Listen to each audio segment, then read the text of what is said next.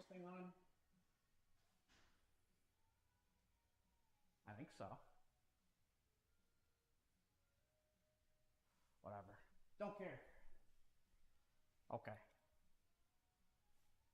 YouTube, still loading.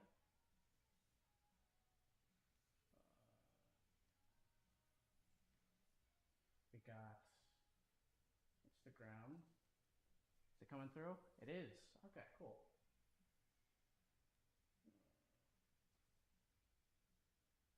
Okay, now it's coming through. All right, perfect. All right. So I was thinking to myself, should I actually do educational shits, or can I play video games? Super quick question. And then I thought, when you're showing your split, why you not were do saying both? you have So quad focus we're gonna see how this days, goes. glute focus days. Oh. All right. I'm trying out this stream setup. We got 2 desktops. It's a very annoying setup, but we'll see how it goes today. Super quick questions. When you're sharing your split, you were saying you have quad focus days. Oh, wait, context. Hold on. Before I even start this video, okay? The thumbnail, hold on. The thumbnail was, you need to start stretching.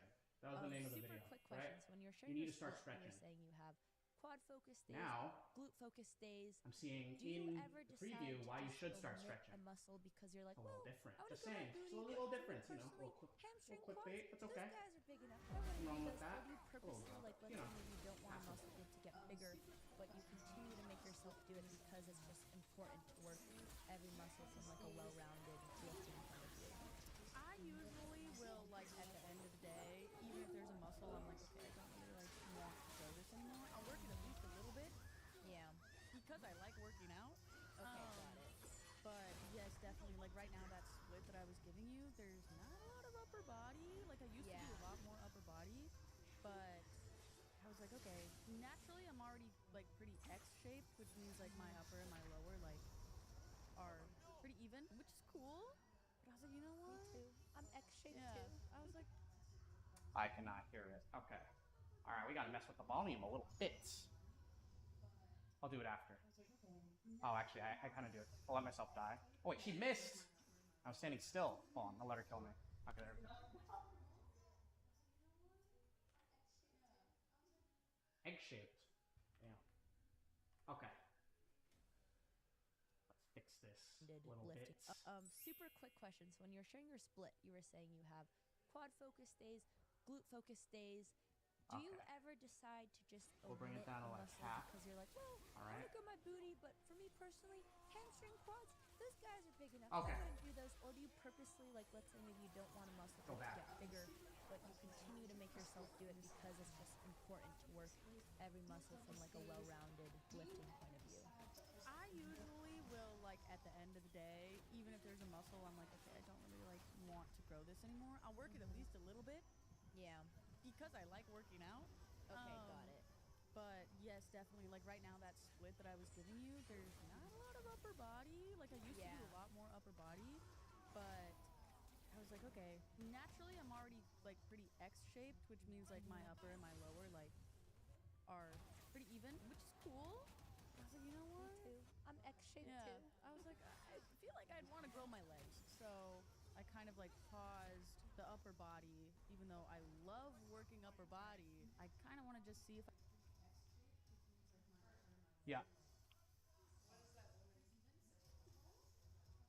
She's talking about how it's like, so the clickbait. Okay, first there's context that's needed. The title of her YouTube video is Super quick "You questions. need to When start you're sharing stretching," and I saw that and I got baited by it. I got clickbaited. I fell for the clickbait. All right, you need to start stretching, but in the preview for the video it says why you should start stretching. A little weird, a little different, you know, a little bit different. So I'm seeing what the context. split, you were saying you have quad focus. Also, this is lean beef patty. She's a lean beef patty. She's actually a pretty good YouTuber. She's pretty big. She's she usually has like good Focus information. days. So. Do you I might ever find something to decide disagree to with. just omit a muscle because Lean you're like, beef well, patty. I want to grow my booty, Yeah. but for me personally, hamstring quads, those guys are big enough. I wouldn't do those. Or do you purposely? Oh, and then she has intentionally Andrea don't want a Botez muscle on, group who's to like a get chess bigger, YouTuber, but you completely continue to outside make of the fitness yourself do world. it But I because mean, it's just it's an important interesting to work crossover there. every muscle from like a well-rounded lifting point of view. I usually will, like, at the end of the day, even if there's a muscle, I'm like, okay, I don't really like want to grow this anymore. I'll work it at least a little bit Yeah. because I like working out. Okay, got it.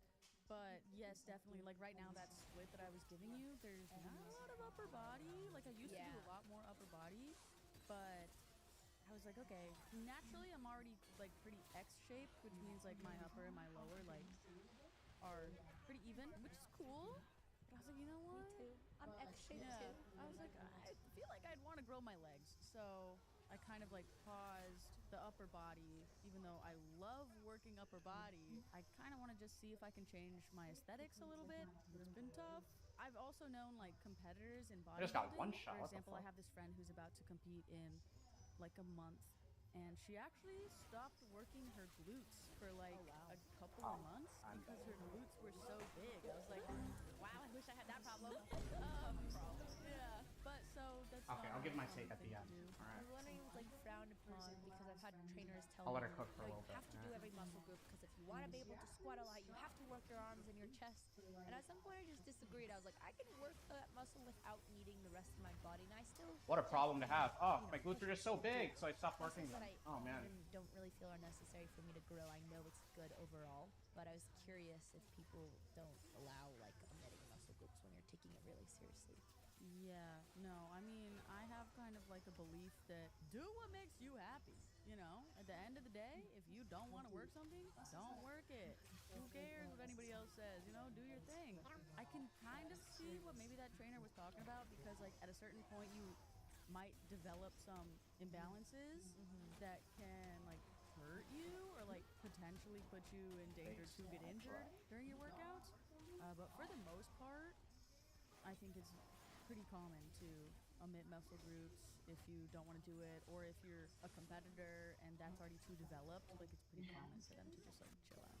And is there anything you do to avoid getting injured, especially at the start when you don't really know what you're doing? I warm up, I do mobility, which is why I kind of try to post that a lot in my content because I feel like that's something a lot of people don't do. Like,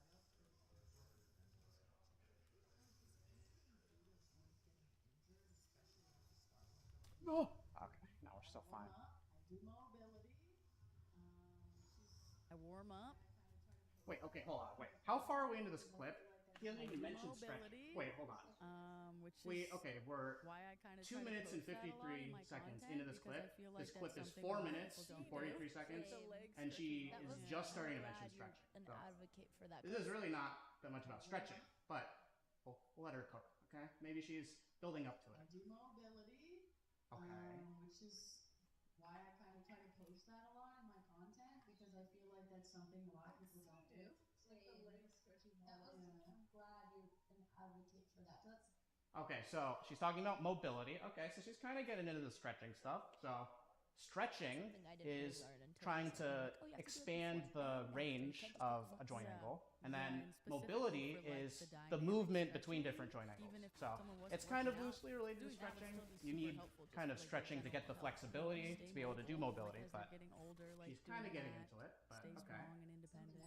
and how much time do you do those exercises for? And are you trying to target the muscles that you're going to work out with? Yeah, I usually do it like if I'm doing leg day, I'll do like knee, hip, ankle focused mobility, and vice versa. If I'm doing upper body, it's like shoulders, back, wrists, whatever.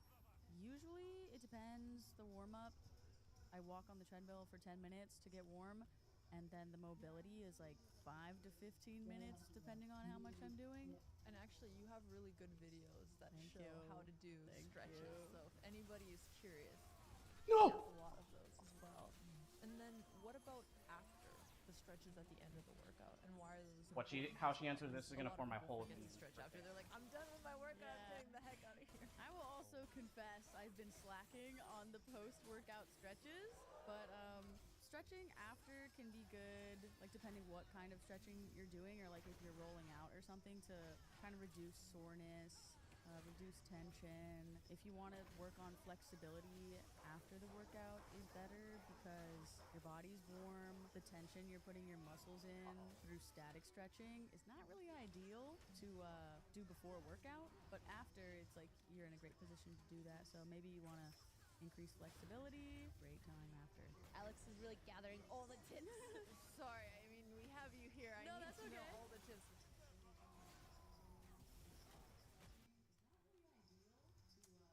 Oh, based. I never hear people say this. If you've ever experienced me,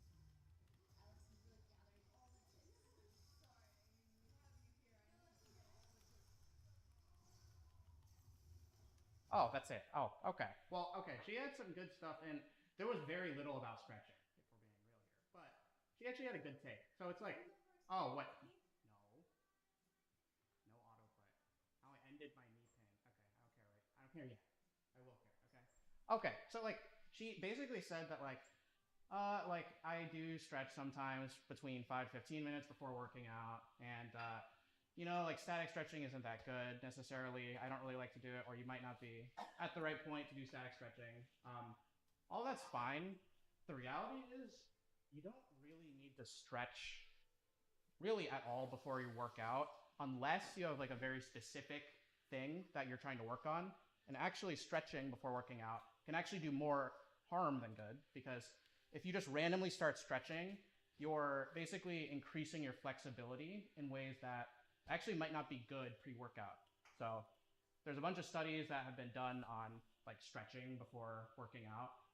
It actually leads to like less power output when you're lifting, and it's because stiffness and having like tension at like the extreme ends of joint angle is like part of what helps you actually lift things with more force.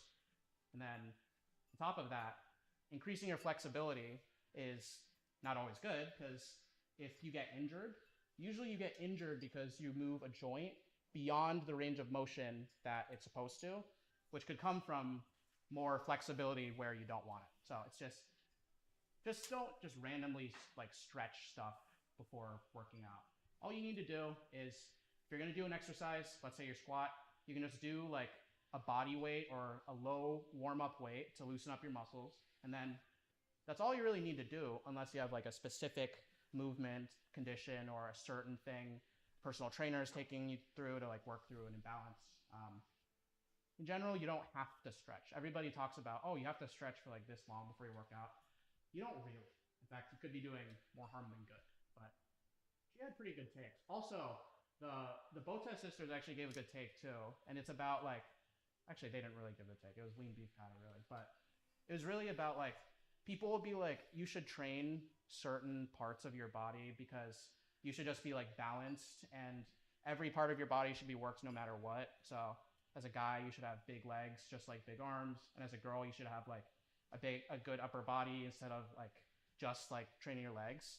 And the truth is like, work out what you want to work out for whatever kind of physique you want. A lot of physiques that people want are kind of these more imbalanced physiques, which is like, you can say it's good or bad, but like it's just really what people like. People really like the imbalanced physique, like the slim thick looks. Really, a lot of girls like that look, and it's like, it's not that bad for you necessarily. Only at the like the super extremes is where it starts to get like dangerous for injury. But as long as you're working your upper body occasionally, you know, a little bit in your workout program, like it's totally fine to focus more on lower body than upper body if that's the kind of physique you're going for. And then as a guy, like, I make fun of guys for doing it, but it's actually fine, in all honesty, if you're just trying to work out for looks, to just do more upper body than lower body. Now, for guys, though, I will say, if you have a somewhat strong lower body, it can help you get a stronger upper body, too. Like, some of the lower body stuff, like deadlift, for example, can help you get a bigger back. Like, you can do as many different back exercises as you want, but if you're pulling 500 deadlift, then like your back is going to be put under a certain tension that you're not going to get with any other. Something to keep in mind. Oh shit, I'm almost dead. Hold on. I will switch the video in a second. Gotta lock in. Oh, I need to change it so I can see the chat. Oh, shit. Oh, well, okay. Do this one on resin. Oh, Jesus. Okay. No! Fuck.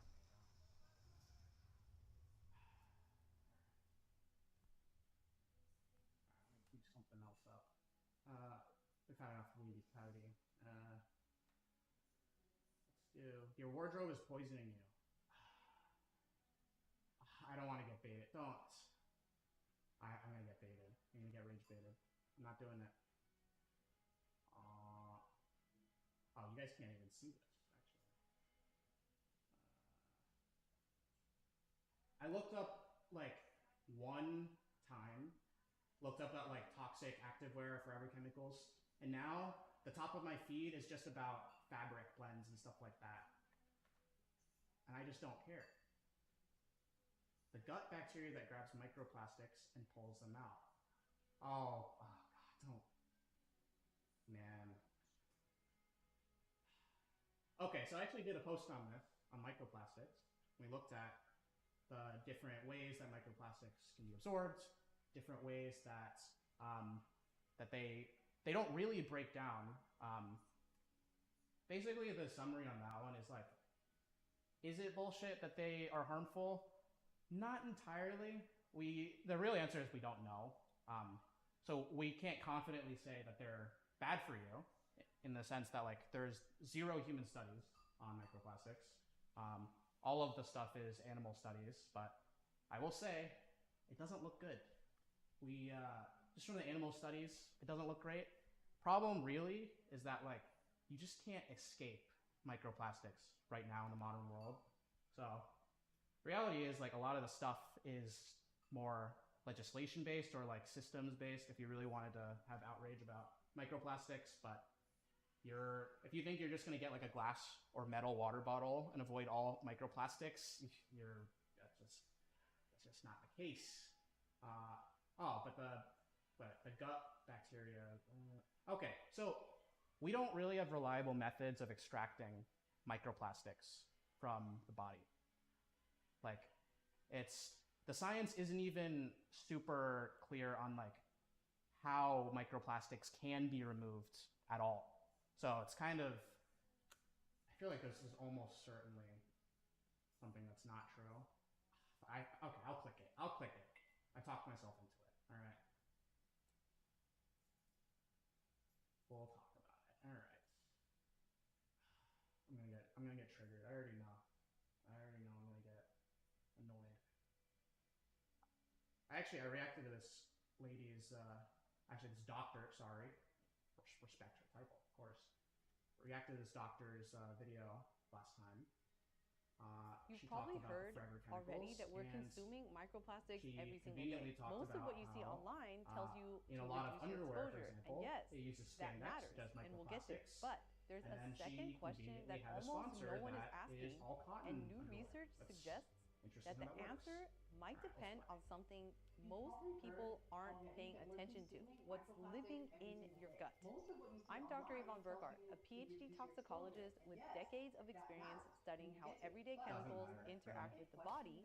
And today, I want to walk you through what this research actually found, what its limitations are, and what you can do right now based on what we know.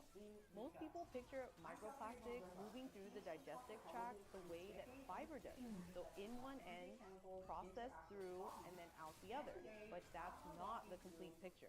One of my college students told me this analogy, and it really helped me understand how ingestion differs from absorption. So think of your gut like the hole of a donut. What you swallow travels through the hole, but not everything stays there.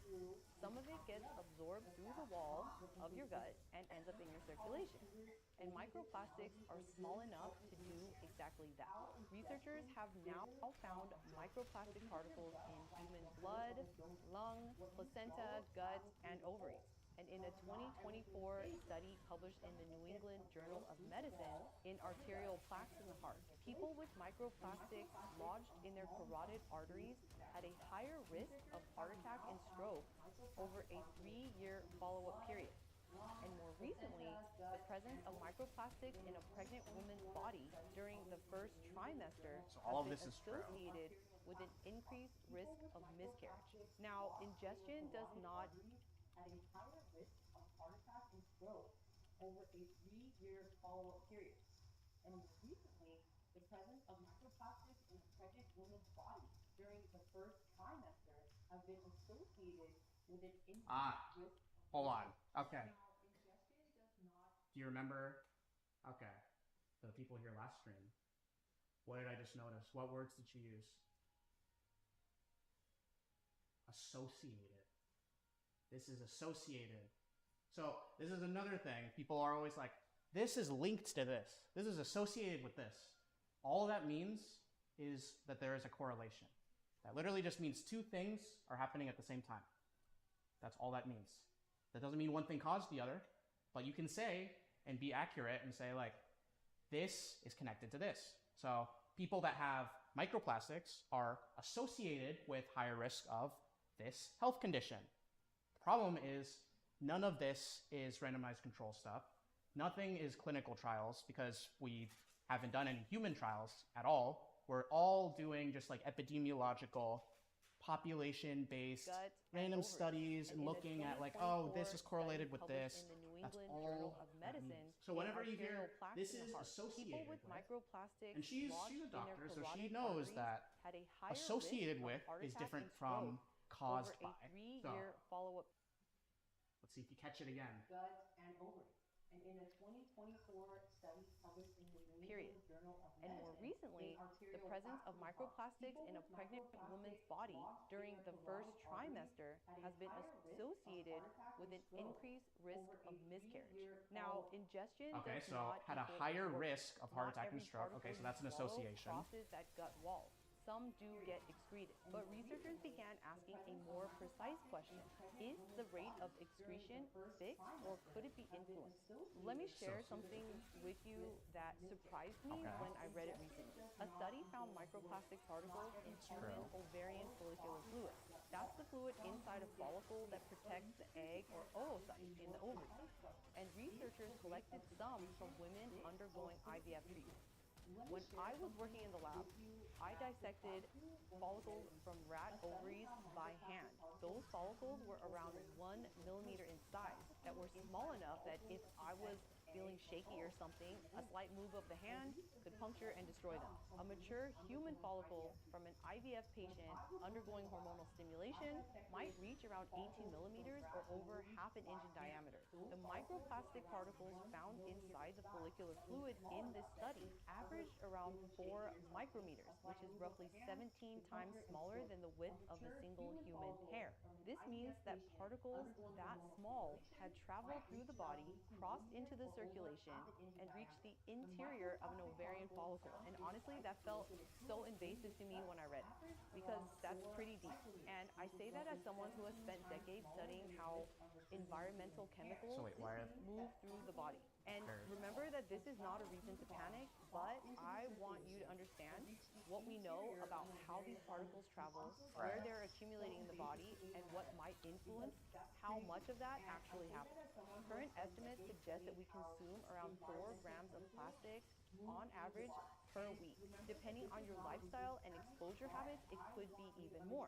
And it comes from things like drinking water, food packaging, seafood, table salt, and indoor air. And unlike most things that the body encounters, plastic is relatively inert, meaning there's no known mechanism for the body to metabolize it the way that it processes food. So plastic is coming in continuously from multiple sources, and the body cannot break it down. The only real question becomes how much of it moves through the gut before it crosses into our circulation. And that question matters more now than ever, because none of this is objectionable. Have multiplied in ways that became so normalized that most people don't think of them as exposures at all. So think back a generation ago, people were not drinking water from plastic water bottles every day, or reheating food in plastic containers, or making tea from plastic tea bags. These habits have become the baseline of modern day life, and they add up every single day across an entire lifetime. So researchers started asking whether there was anything that could influence how much plastic the gut can clear before it crosses that barrier. A 2025 study published in Frontiers in Microbiology screened 784 probiotic strains specifically to find which ones could physically bind plastic particles. Most of them didn't do much, but two stood out. These two bacteria in particular have a surface chemistry that attracts plastic through a process called hydrophobic binding. The bacteria latch onto the plastic particles and the two clump together. And remember that donut hole analogy that I mentioned? That clump becomes large enough, it's not necessarily getting absorbed. Instead, it gets carried out through excretion in the feces. The two strains are lactic Bacillus and Lactobacillus plantarum. So both have GRAS status from the FDA, meaning they are generally recognized as safe, and both are found in fermented foods that people have been eating for thousands of years. Sure. The two strains are lactic Bacillus and Lactobacillus plantarum. So both have GRAS status from the FDA, meaning they are generally recognized as safe, and both are found in fermented foods that people have been eating for thousands of years. Okay, so this generally recognized as safe, this is something that is actually, to actually meet these standards, there's a lot of testing that these different foods have to go through to be generally recognized as standards.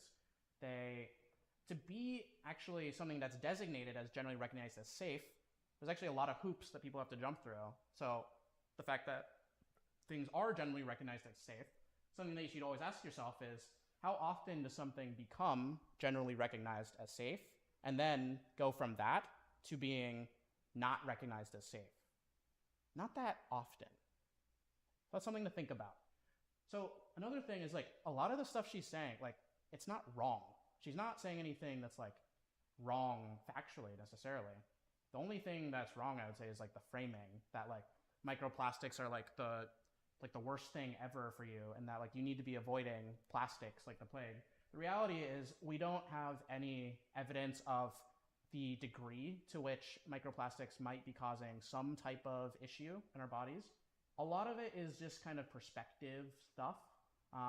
There were similar things that were said initially about seed oils, and then we found out through a lot of studies, seed oils have a correlation with a lot of these risk factors, but mostly like heart disease, stuff like that. But a lot of people that eat food with a lot of oils are going to have a lot of heart disease things because they just probably eat a lot of fatty foods in general. So this is a correlation, it's not equal causation. Let me go get my kimchi. So before I share the results, I want to be upfront about the limitations of this research because that context matters. This was a mouse. Oh, wait, do you see her hedging? Wait, hold on. Do you see her hedging? What we have is a proposed mechanism and animal data that warrants further investigation. Mouse study. Okay. And that is a meaningful distinction from confirmed human outcomes. So I'm not saying if you take this, it's going to do that, because that's not what the data indicate.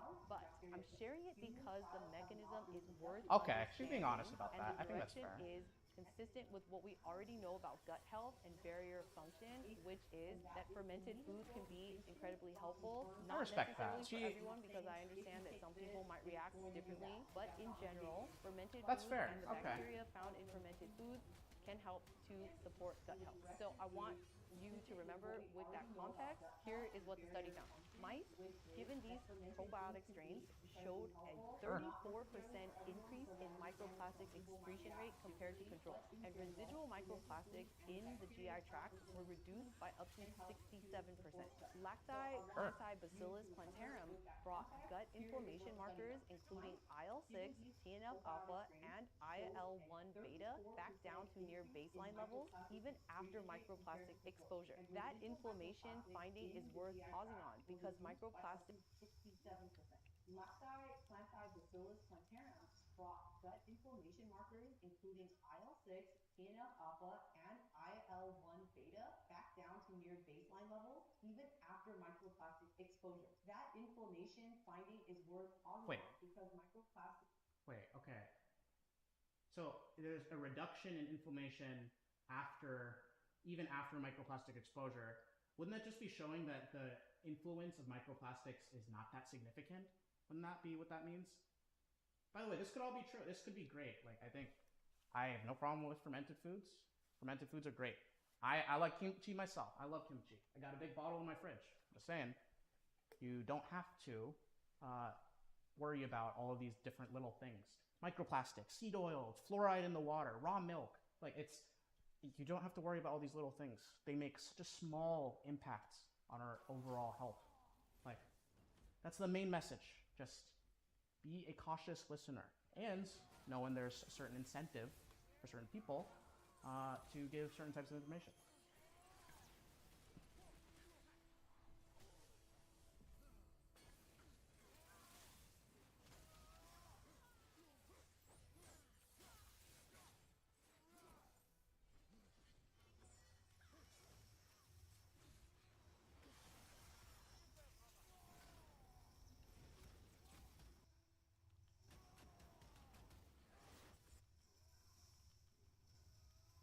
Don't just accumulate passively. Research suggests that they can trigger an immune response in the gut lining that contributes to low-grade inflammation over time, so gut inflammation. And the fact that this specific probiotic strain can help moderate that response while also potentially improving the clearance of microplastics. Now, this indicates a broader role for gut health in how the body can manage plastic exposure. So these are early findings, they're animal data. More research is needed, but the direction is worth paying attention to. And this part of the research is personal for me because I grew up on multiple rounds of antibiotics, eating the standard American diet with no awareness of fermented foods, and eventually developed increased intestinal permeability or leaky gut. And this showed up as like suddenly starting to react to certain foods that never bothered me before. And it wasn't until I worked with a functional medicine doctor, kept a food diary, and adjusted my diet that things started to improve.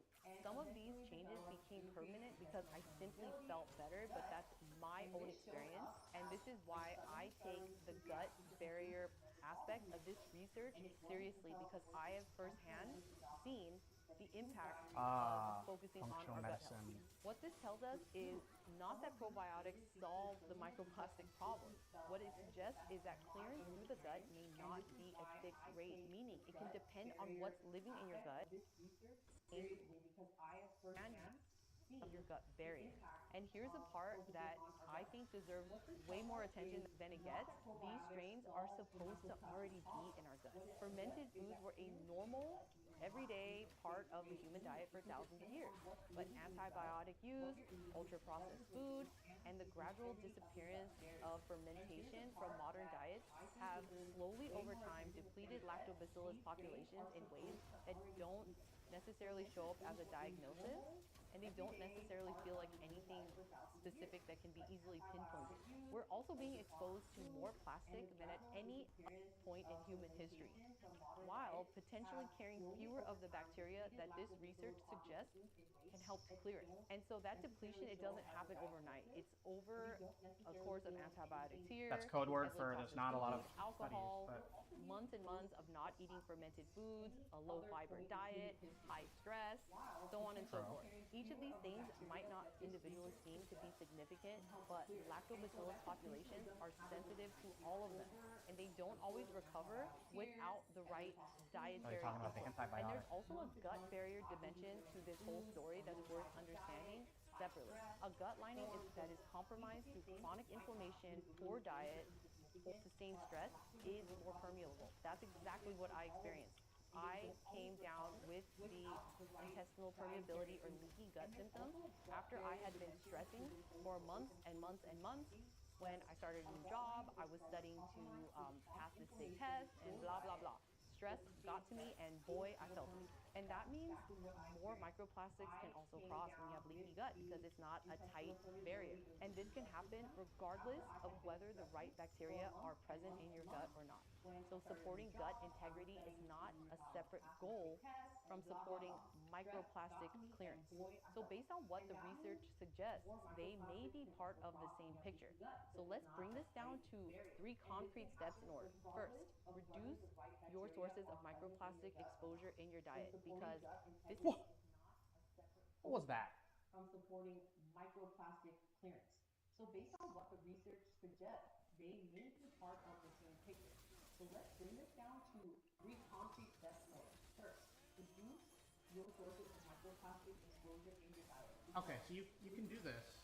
You can try to do this. I'm just telling you, you will absolutely not make a meaningful dent in the microplastic exposures you're getting by trying to reduce microplastics in your diet. It is in every single part of the food chain that we have. It's in sea salts, it's in seafoods, it's in meats, it's in vegetables because it's in the soil. It is absolutely an inescapable thing. Even if every single part of your meal never touches plastic. The reality is, it's in the soil where a lot of our crops are grown, and it's a lot of the soil that a lot of the feed is given to the animals. It's in every part of our food chain. Now, you could try to reduce your exposure through those means, and if you want to do that, that's great. Just you should be honest and not expect too much out of that type of change. Bottled water. These are among the higher exposure habits I'll worth addressing. unpause the video. Reduction at the source is almost always the most direct move, and it doesn't require waiting for additional It is the primary research level. or That's data. true. The second is to eat fermented foods containing these strains. Things like live cultured yogurt, kefir, kimchi, sauerkraut, and miso are all good dietary sources. Variety across sources matter more than eating a whole bunch of one of these things. So aim to include at least one fermented food daily if you can tolerate it, and rotate between a few different types throughout the week rather than relying on the same source every single day. The third is to reduce what depletes these probiotic populations in the first place. So remember unnecessary antibiotic use, ultra-processed against strains over time. So if you recently completed a course of antibiotics, that's a particularly useful time to be intentional about rebuilding through the diet. So a quick note on supplementation. So depending on the person, dietary and lifestyle changes might be sufficient to support your gut health without needing to add a probiotic supplement. Lots of gut But if you're bacteria in considering general. one, then I would talk to your healthcare provider, particularly if you are immunocompromised. So the research on microplastics and human health is still developing. It's definitely a hot area of research. I want to be clear about that. But what this study adds is a mechanism that is worth understanding. Your gut may have more influence over what gets absorbed and what gets cleared than we previously thought. And that means that the choices that you make around what you eat, unnecessary antibiotic use, alcohol consumption, and gut health are not separate from the conversation about chemical exposure. They're actually part of it. The gut clearance mechanism only does so much, though, if the incoming exposure pathways stay high. And most people are unknowingly loading up from sources that they would never think to question. And when researchers analyzed blood samples for contamination, they I don't think found anyone's that shocked just by that one. 7 specific compounds were responsible for nearly all of it. Not dozens or hundreds of chemicals, 7. And they're showing up in places that most people would never suspect. Things like It's waterproof impossible to mascara, avoid, I promise takeout you. containers, yoga pants. In the next video, I walk you through the exact framework I use to cut the majority of your home's toxic load, starting with the exposures that actually move the needle. So you know exactly where to focus without obsessing over every label or approaching this from a place of fear. I'll see you on the next video. In the next video, Yeah, I'll give you the exact framework I use to cut the majority of your toxic load, starting with the exposures that actually move What the if I needle. told you So you know exactly where to focus without obsessing over every label or approaching this from a place of fear. I'll see you on the next video. So I don't even have that big of a problem with their take, in all honesty. Like, I think it's like she's slightly overemphasizing how big of a deal the microplastic stuff is, but I mean, the advice she's giving is like good advice. Like fermented foods are really good. Try to take care of your gut health. Try not to overuse antibiotics. All of that's like fine advice. I just think it's she might be slightly overemphasizing the harms of microplastics, which I made a post on if you want to look and check that out. Now let's see. We'll do. Oh, I do want to do a how to deadlift video.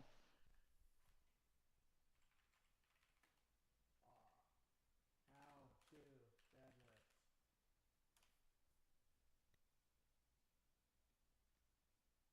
Rather than recording audio separately, why don't I just stream and then I'll do the deadlift. I watched her video. Dr. Mike. Hey folks, Dr. Mike here for Renaissance Periodization.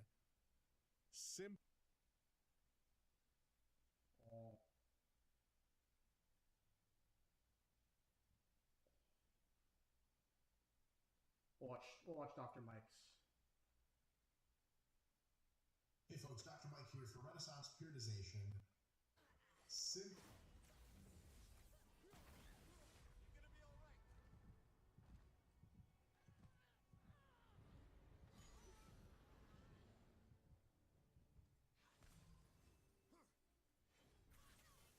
All right. Oh. Whoa. Okay. All right. Well.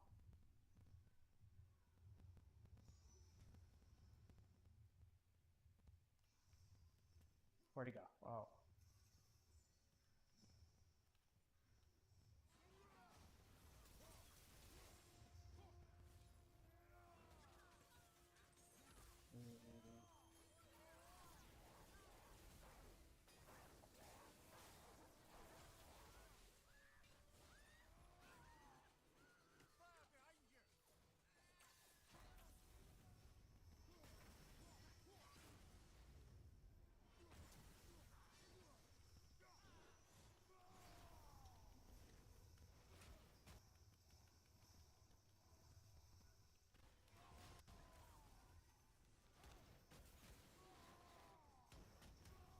Behind you.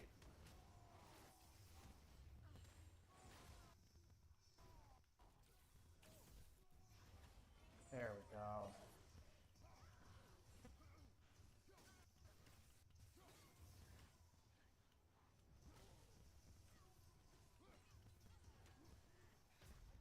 Why is Dr. Mike not talking?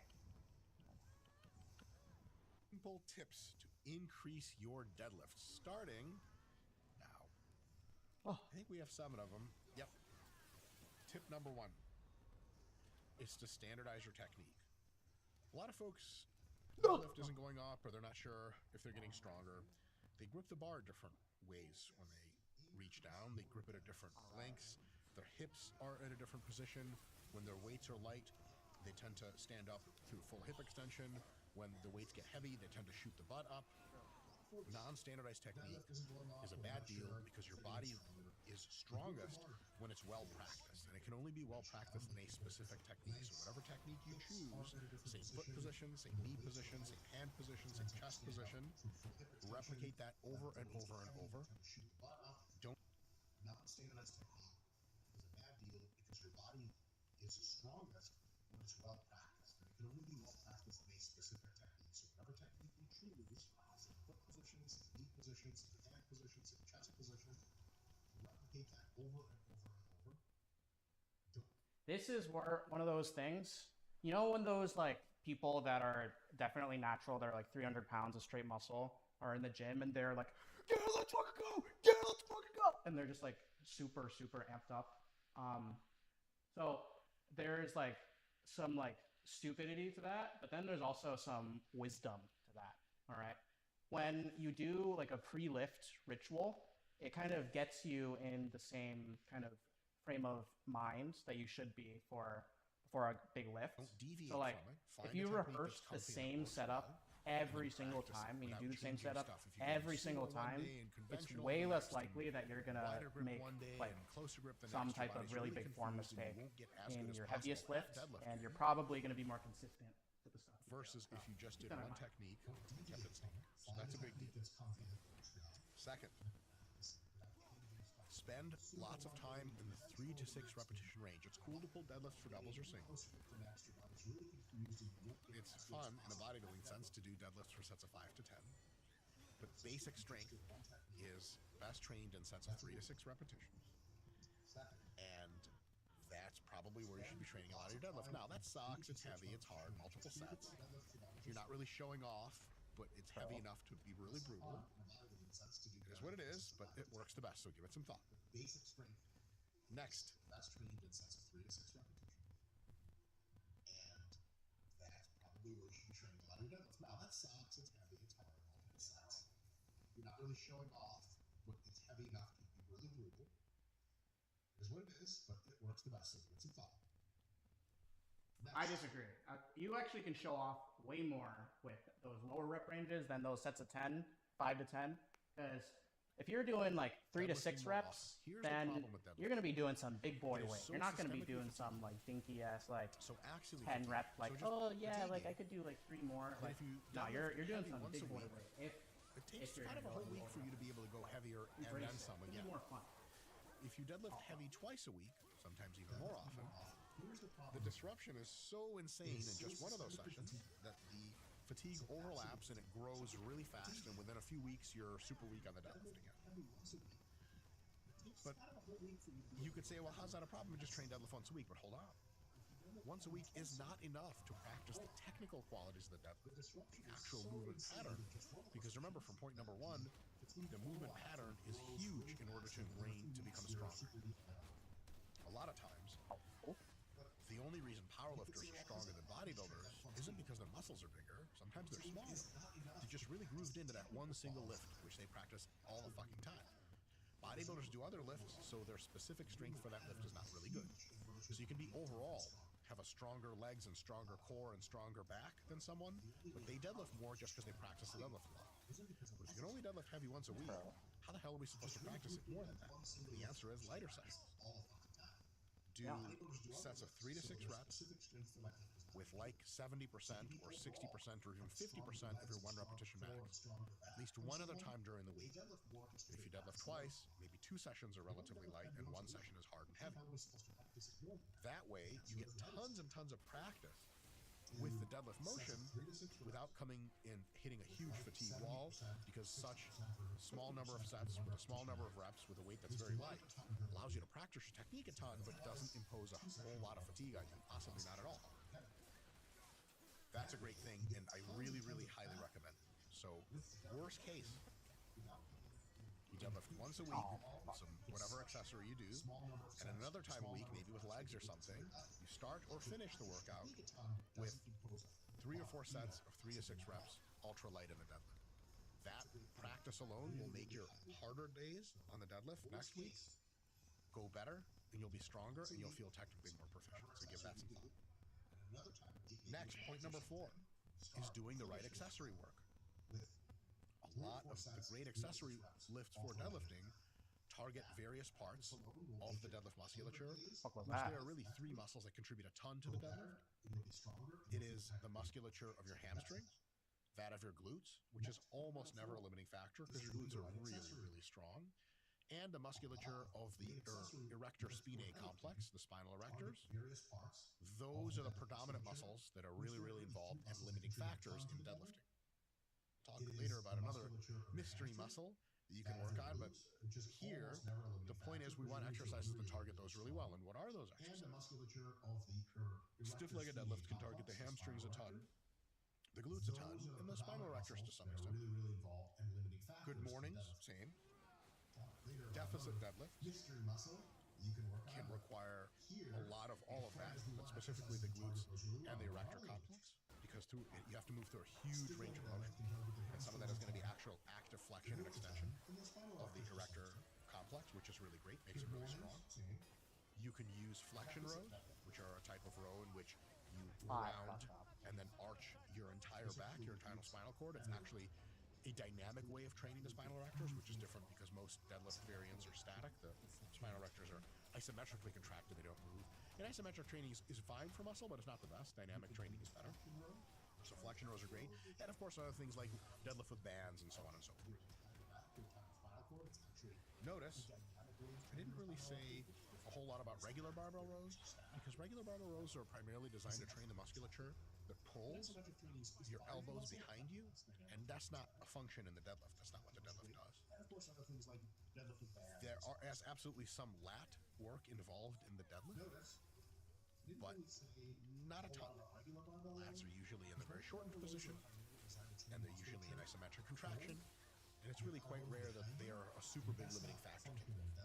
With just your normal back training, which you should be doing anyway, and with all this stuff, especially with a properly done stiff-legged deadlift, which you pull into yourself, you should have plenty of that sort of work lined up. Number 5. Treating your spinal erectors as a dynamic muscle to train is a really, really good idea, because spinal erectors are the single most determinative muscle of deadlift strength.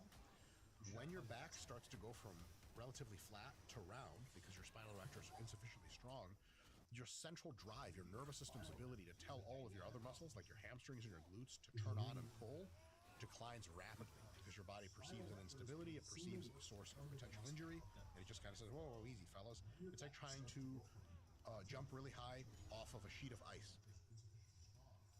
Your central drive, your nervous system's ability to tell all of your other muscles, like your hamstrings and your glutes, to turn on and pull, declines rapidly because your body perceives an instability, it perceives a source of potential injury, and it just kind of says, whoa, easy. It's like trying to jump really high off of a sheet of ice. One thing about the spinal erectors thing, and the lats thing in general, yeah, it's pretty true. Like, if your lats are part of the reason that you're failing a deadlift, you have really, really weak lats. Like embarrassingly weak. Like, you're gonna like bend over to pick a box and then hurt yourself, and then like you're gonna be out of the gym. Like, you should never ever fail a deadlift based on your lats. Most of it is isometric. That being said, like, you still will feel a decent amount of a pump from your lats. I actually get sore in my lats a lot of times when I deadlift. At least when I haven't deadlifted in a while and I come back. But in general, yeah, like, I wouldn't take the deadlift as like, oh, I don't need to train my lats. I'm doing a deadlift. Like, no, you still need to train it. Strong enough to pull way bigger deadlift numbers than they are, but their backs aren't strong enough. That's why the deadlift is considered a back exercise in many cases, because the spinal erectors are such the limiting factor, and you should be training them. They're great to train with deficit pulls, for example, especially deficit pulls which require such a big deficit that you have to round your back to get them.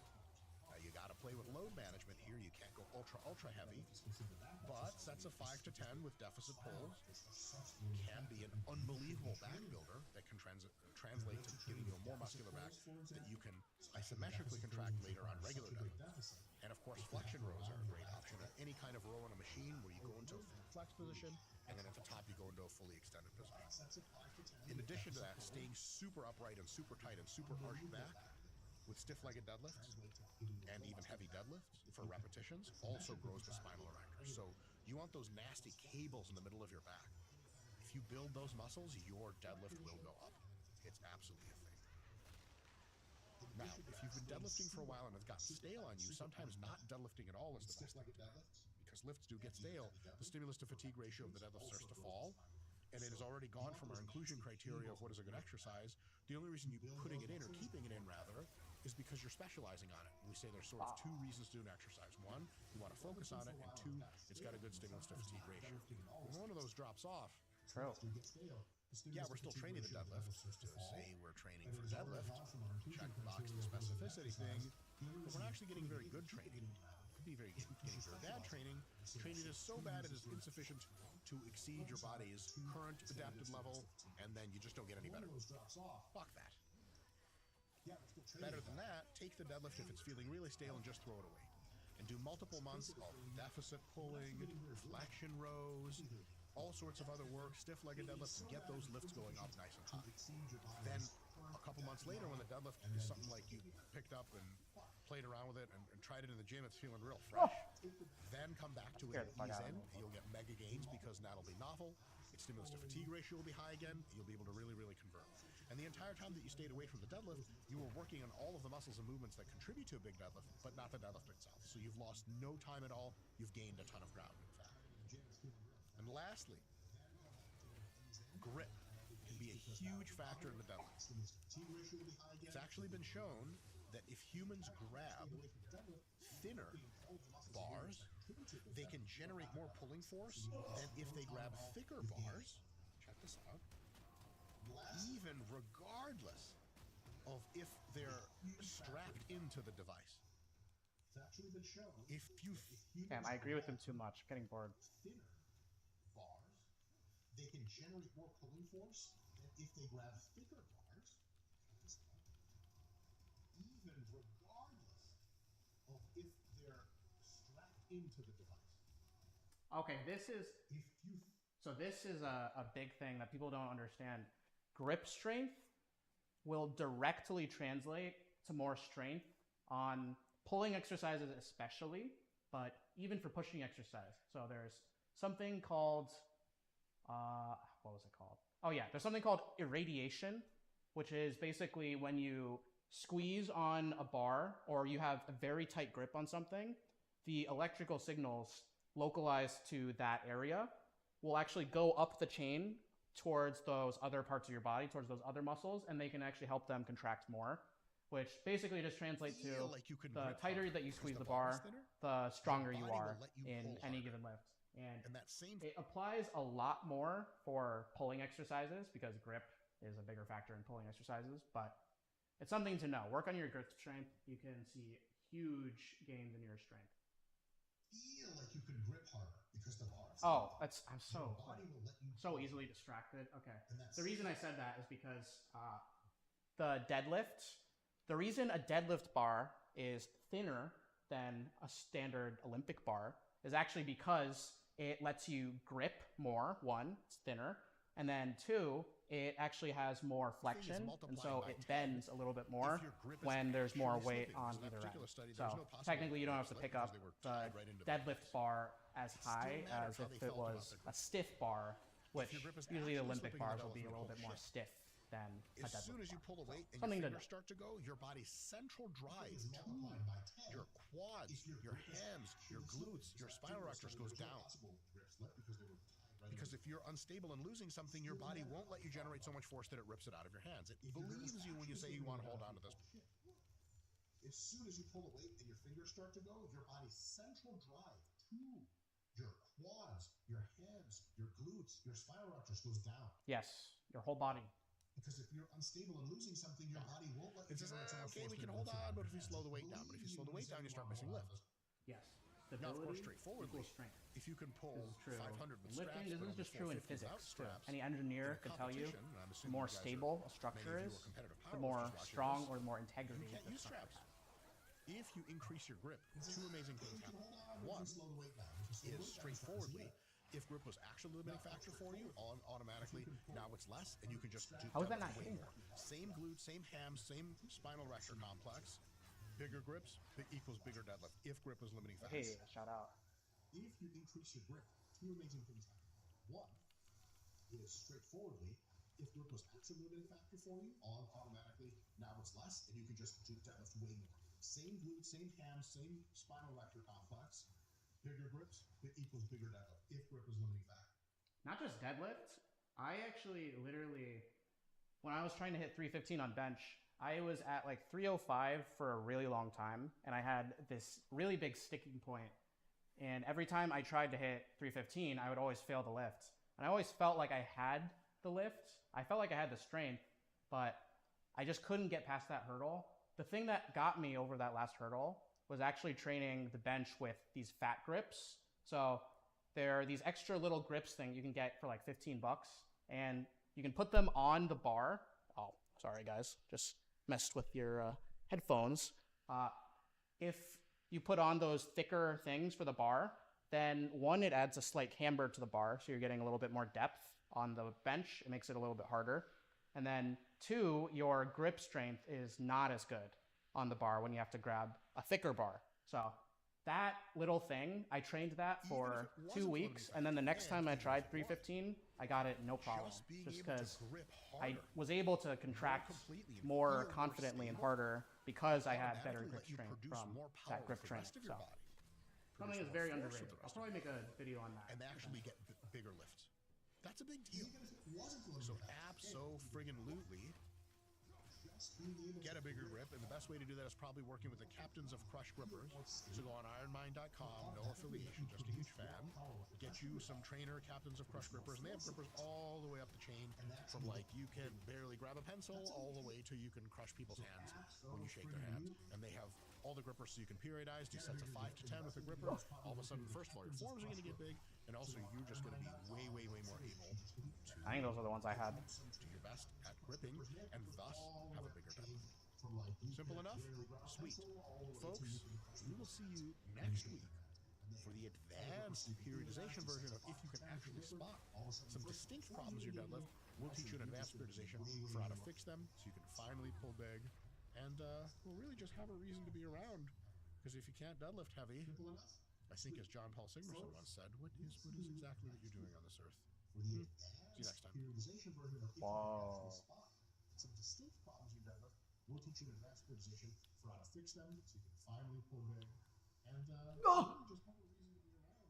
to be around, because if you can't deadlift heavy, I think as John Paul Sigmerson once said, what is exactly what you're doing on this earth? True. See you next time.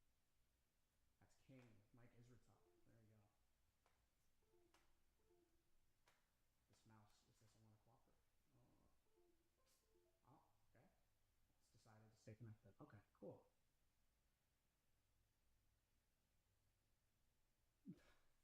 Like telling people to get some cough gripper.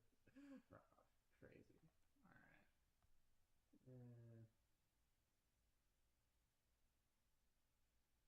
Honestly, we talk about deadlift so much. Oh, shit.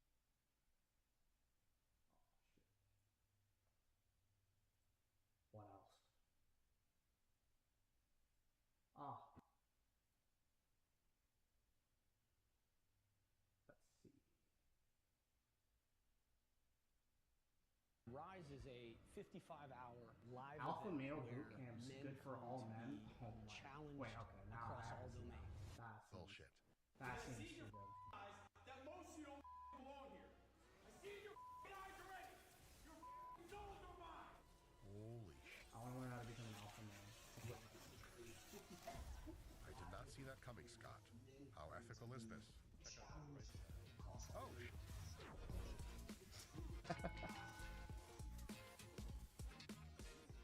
hey folks, Dr. Mike here for RP Strength. I have been some people just really get off to just like either bullying people or just creating like the most pathetic, emotionally unstable people. One thing for sure, a man, baby. And the way I became a man was this. I started out as a completely biological female. Scott remembers this, he used to hit on me all the time. Shit taste. I went to one male boot camp, and not only did I become a man, but I became an alpha man. That is the only Greek letter I'm interested in knowing. What kind of boot camp experience did I have? I'll tell you more about this in today's episode as we look at the male boot camp space. See what part of it is science and what part of it is just people that maybe just need a friend. Damn. Which I sure as shit do. Whoa. So, Scott. What kind of boot camp experience did I have? I'll tell you more about this in today's episode as we look at the male boot camp space. See what part of it is science. What? What part of it is will you be my friend? Just need a friend. No. All right, let me I'm just gonna say let me it's pick that episode to the side. a lot of it. Okay. A lot of them just need We'll a friend. check in with Scott later. I'm not gonna be a friend, but they just need a hug. Men have been raised to be weak and feminine. Definitely yes. I guess. I'll be your friend, alright? Men have been raised to be weak and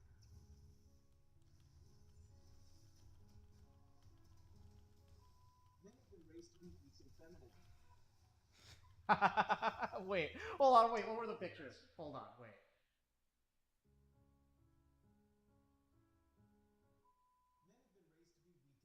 What is this? Wait, hold on. What are we looking at here? Okay, something tells me this is not the typical male image, you know? I don't think most guys, I think most guys would be pretty not familiar with Definitely this yes. way of Would out of 10. showing their Lipstick is hot. masculinity. Something tells me that. I could be wrong, but maybe and, I'm just, you know, I'm just a beta male, so, you know. Honestly, I think, I absolutely don't think that's typical. Something tells me that. I don't like these That's my guess. antagonistic posture. Scott, of the guy all the way on the right, his hair is amazing. The posture I don't like, so. Lipstick is hot. Bro, yeah. Lovely a short skirt and Sporty. Those cute armpits, absolutely would. I don't like these antagonistic postures. Scott, of the guy all the way on the right, his hair is amazing. Here's what he doesn't understand, all right? That antagonistic posture is for him to show that he's an alpha male, that he's in charge of the situation, because he goes by his own rules, all right? He doesn't follow society's rules, you know? He makes his own rules because he's an alpha male, all right? He doesn't understand. I get you. Feminine? No, that's not true at all. Are men nowadays being raised to be more civilized? Yeah, probably. Does that mean that's all science? Yeah. I don't know. Scott, you raised to be weak and feminine? Was your dad like, hey, I want you to play with these dolls, god damn it? Yeah, I think the opposite. I was encouraged to like do sports and throw rocks and stuff. Yeah. Run around and be wild. Yeah. I grew up in the 90s. Yeah. Yeah. It was a different time. Yeah. When I was a little kid, my mom would rub my back. My dad would walk by and be like, "Oh, you're making him soft." When your mom rubs my back, doesn't make me. Sometimes I forget where we're at. My parents do watch these videos. Oh no! Maybe not these ones. Not what we said last night. So what is the answer? Better fathers? Nope. It's paying thousands of dollars to LARP as a Navy SEAL and have other men humiliate you. Ooh, it sounds like our photo shoot from last night, Scott. Oh, no, sorry. He said Navy SEALs. Damn. Semen in the brain. And my parents do watch these videos. Parents, they turned it off after that one. Better friends, better fathers, better leaders. They're stuck in a rut. They've lost that fire. They've lost that edge as a man. I would follow that man anywhere. I mean, he's got the voice. Scott, have you ever taken someone not seriously enough and then paid attention how thick their eyebrows were and instantly recanted? Yes. Got a little white dog inside. Yes. Better fathers. I don't know if that's what they're learning from this. Something tells me they're not really think of how they're gonna be as fathers. Become more of a man. Stay Jewish. Easy choice for 18,000. Shit. Suffering. Oh my God, they're dragging that young man. They've lost that fire. They've lost that edge as a man. Suffering leads to those superpowers. Suffering doesn't lead to superpowers. Incrementally surmounting progressively more difficult goals does.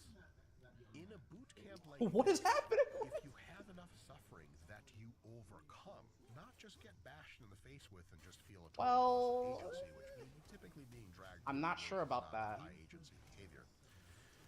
If you feel empowered after a boot camp like that, then empowerment, and you continue to thread it into your life, where you attack your career goals, you attack your lifting goals, you attack your nutrition goals, you attack females. I said that wrong.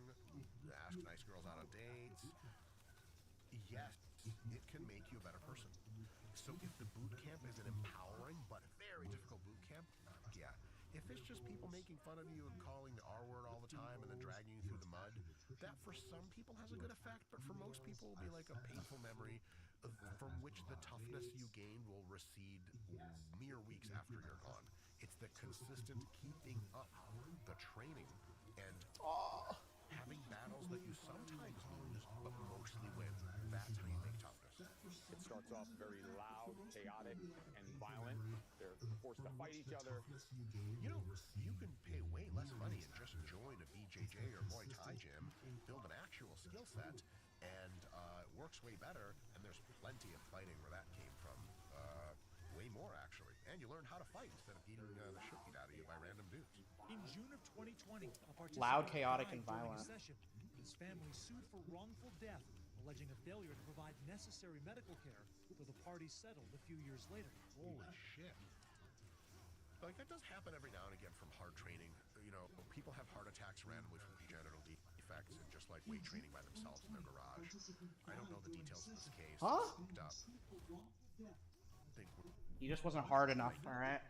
This wasn't hard enough, I guess. One case doesn't prove a whole lot. That's actually Project crazy. works beyond us. It's right. I mean, we'd all agree. There's something divine about the project. That's it. We're doing God's work. Right, yeah, that happens a lot. Strange way. Okay. God's like, all right, I'm able to save some children in Africa today, but I have to look over this boot camp.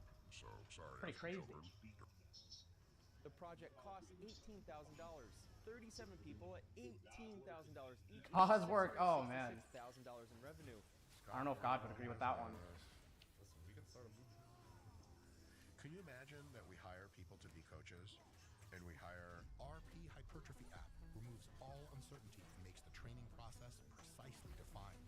Choose your pre-made workout plan from dozens available in the app. Oh, plug in man. your weights, and the app takes care of the rest for months of productive training. They're much better uses for your money. Description of this video? 18 G's? Man. Do I get a refund then? And I'll be dead. I'll take this knife off my waist and carve this tattoo off my hand before that. Whoa, he's really getting after it. This guy's the fucking man, bro. And he's wearing a knife on himself. Intense. True. That's a great question. Look. To me, that seems slightly disempowering. I guess when you like get shit out God, he's so and then you cool. don't break, or if you He's break so and cool. pick yourself up again and motivate yourself again, and you're with your buddies and you have some camaraderie. That's so cool. After that Damn. camp, you can feel like I can What an alpha I'm male. a real man. That guy's definitely got some value to it, for sure, for sure. What you don't want is to have that camp prove to you that you suck. Oh, big. Everyone kind of did better than you at camp.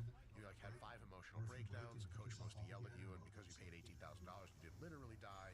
He has to give you an award for completing the camp at the end. That would be a not great way to experience that. Yeah. When they quit, they're forced to ring the bell in front of everyone. No refund. Oh, cool. That's like the Navy SEALs do.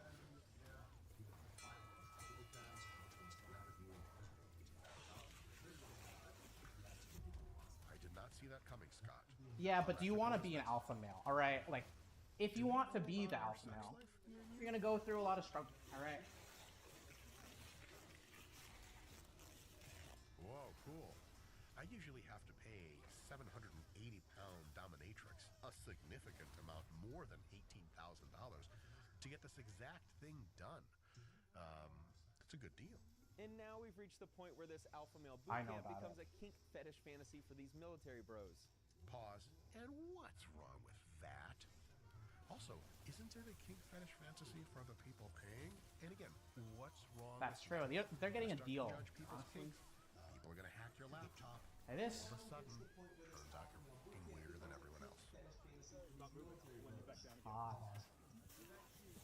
Exactly. Yeah. So they're Are you gonna supposed to kink shame them? up the hill, Scott, and this young gentleman pulls them back down. Reminds Yeah. me of my summer camp experience. Less people physically defecating. Skeletons coming out of the closet. I had Look. experienced at summer camp. Less forcing me to eat it while everyone laughed. Am I traumatized? Stop moving, and I'm gonna pull you down the hill.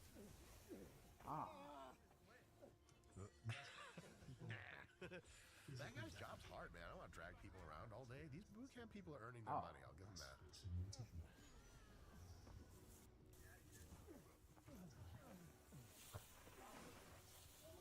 I think you're just fine, I would Mike. scratch you. Stop moving, you're coming back down the hill. Harsh. Community service, decluttering. And they're doing God's work. Their words, not mine. Scott, remember when you and I signed up for a boot camp and we got to wear matching T-shirts I and do community miss service, and then 3 years later we realized we were in a religious cult? It was a fun time, though. It was a of long hair and moo-moos. The leader was great, the best person ever. Folks, I have 2 offers for you real quick. The first is our members area, which is a longer, uncut version of this video with a ton of other amazing scientific content for very little money, huge value. Check it out, click around, sign up for the membership if that's up your alley. The second offer is we are starting an RP psycho boot camp where you could die or become a real man. Click around and find out what that is.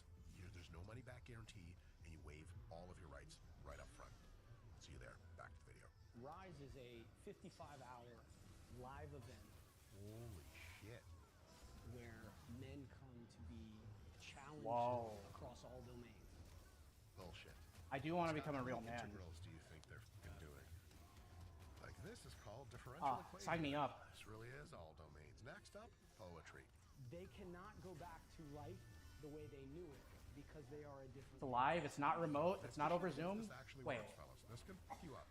This can Sign really me the frick up, dude. It's got to be the right match for the individual and the coaching style and everything, and it's got to be starting from demeaning the shit out of you and then gradually empowering you. If they do that right, this can be a transformative experience. The opportunity to have men that they bled with, that they were tired and hungry and wet and cold with, and then sharing all of those pains, the bond that gets created at an event like this is unlike any other. So the true sense of the word brotherhood, it really means something different.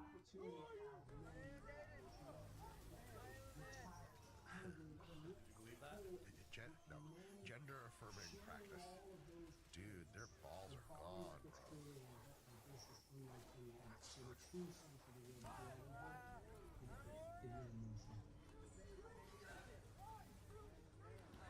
Ice baths. Ooh.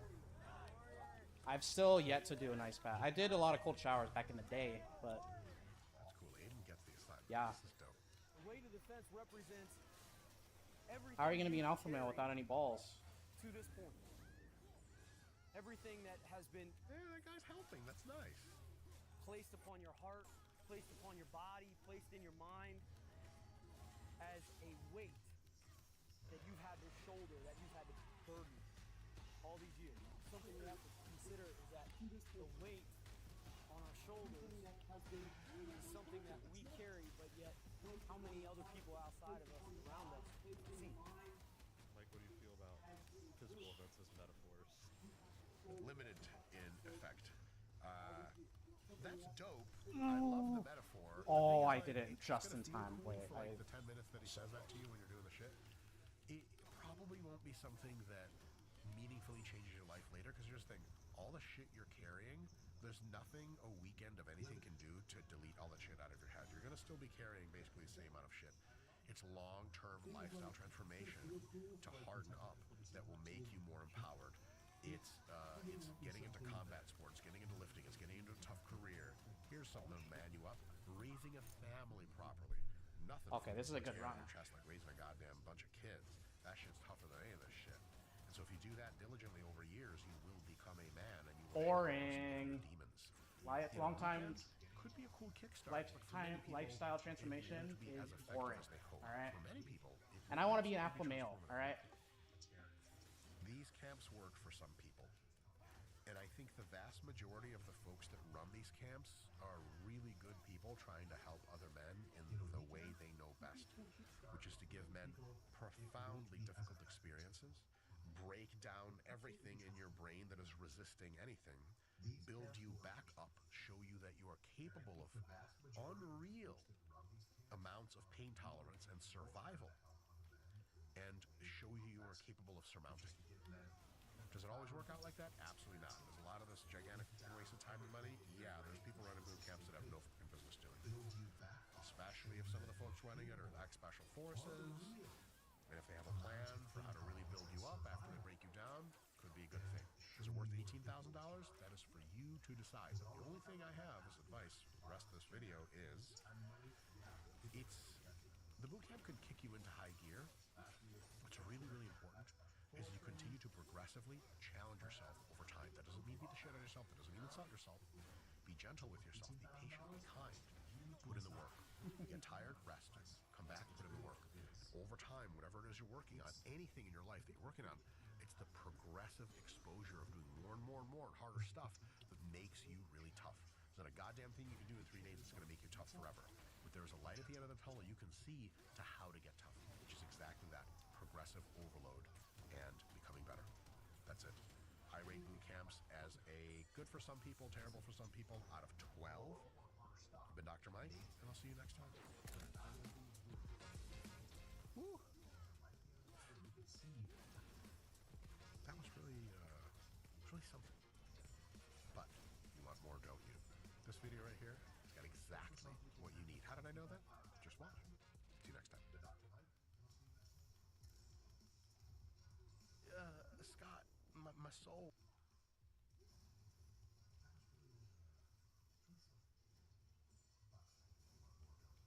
This video right here, it's got exactly.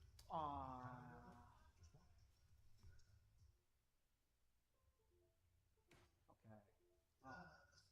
What is this? Oh, okay. I think it's, I'll be honest, I kind of stopped paying attention because I was locking in. But in general, yeah, you can get stronger through struggle and all of that, the boot camp. It's not worth $18,000, right? For 55-hour experience, right? There's probably better ways to develop yourself, improve yourself.